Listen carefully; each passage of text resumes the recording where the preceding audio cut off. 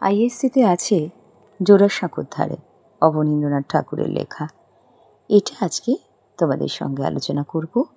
এক্সট্র্যাক্টটা হচ্ছে, কি বলবো যেন নক্ষত্র মণ্ডলীর মধ্যে চন্দ্রোদয় হলো। প্রশ্নগুলো হচ্ছে এক এক করে। কার লেখা, কোন প্রবন্ধের অন্তর্গত এটি? নক্ষত্র মণ্ডলী বলতে তুমি কি বোঝো? বক্তাকে কোন প্রসঙ্গে এমন কথাটি বলা হয়েছে? তোমার কি মনে হয় যে চন্দ্রোদয় এবং নক্ষত্রমণ্ডলীর মধ্যে তুলনাটা সার্থক হয়েছে? আলোচনা করো। আমি তোমাদের সাহায্যের জন্য আলোচনাটা করছি। তোমরা কিন্তু অবশ্যই প্রবন্ধটা বারবার পড়ে নিজেরা উত্তর লেখার কথা চেষ্টা করবে এবং ভাববে অবশ্যই। তুলনামূলক আলোচনা আছে এখানে, নক্ষত্রমণ্ডলী আর চন্দ্রোদয়। উদ্ধৃত অংশটি বা উদ্ধৃতিটি অবনীন্দ্রনাথ ঠাকুরের লেখা জোড়াসাঁকোর ধারে প্রবন্ধের অন্তর্গত।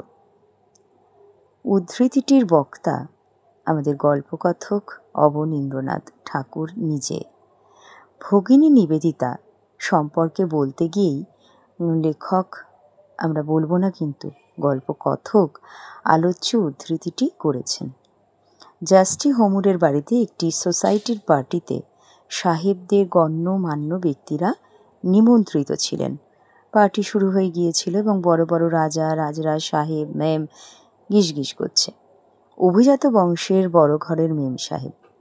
তাদের সাজগোজের বাহার অনেক, চুল বাঁধার ধরন আলাদা, কায়দা আলাদা। নামকরা অনেক সুন্দরী সেখানে উপস্থিত ছিলেন। তাদের সৌন্দর্য, ফ্যাশন চারিদিক যেন ঝলমল করছিল। হাসি, গল্প, গান, বাজনায় চারিদিক মুগ্ধ। সন্ধ্যা হয়ে এসেছে এমন সময় নিবেদিতা সেখানে এসে দাঁড়িয়েছিলেন। একটা সাদা সাজ। তার আসার সঙ্গে সঙ্গে অন্য সব সৌন্দর্য যেন বিলুপ্ত হয়ে গেল। এই প্রসঙ্গে গল্পকথক এমন উক্তিটি করেছিলেন। তুলনাটা সত্যি যেন সার্থক হয়েছে বলে আমার মনে হয়।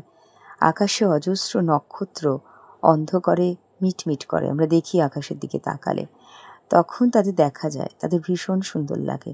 কিন্তু চাঁদের যদি উদয় হয়, চাঁদের উদয়ের সঙ্গে সঙ্গে ওই নক্ষত্রের আলো কেমন যেন ম্লান হয়ে যায়, অতটা ভালো আর লাগে না আগের মতো।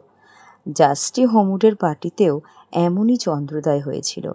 অসংখ্য সুন্দরীরা যখন নিজের নিজের পোশাক আশাকে অত্যন্ত উজ্জ্বল হয়ে ব্যস্ততা দেখাচ্ছিলেন, ঠিক সেই সময় সাদা সাজে, গলায় রুদ্রাক্ষের মালা পরে, মাথায় সোনালি রূপালি মেশানো চুল, গলা থেকে পা পর্যন্ত সাদা ঘাগরায় নিবেদিতা এসে দাঁড়িয়েছিলেন। মুহূর্তের মধ্যে পার্টিতে উপস্থিত যারা সেই সময় সুন্দরী, তারা যেন ম্লান হয়ে গেল, প্রভাহীন হয়ে গেল, এবং সিস্টার নিবেদিতা সকলের থেকে বেশি জ্বলজ্বল করতে লাগলো, দৃষ্টি আকর্ষণ করতে লাগলো। আমাদের এই আলোচনাটা এখানেই শেষ হচ্ছে। তোমরা কিন্তু অবশ্যই, আবারও বলছি, প্রবন্ধটা পড়ো, নিজেদের ভাবনা খাতায় লিখে অনুশীলন করতে ভুলো না। সবাইকে ধন্যবাদ জানালাম।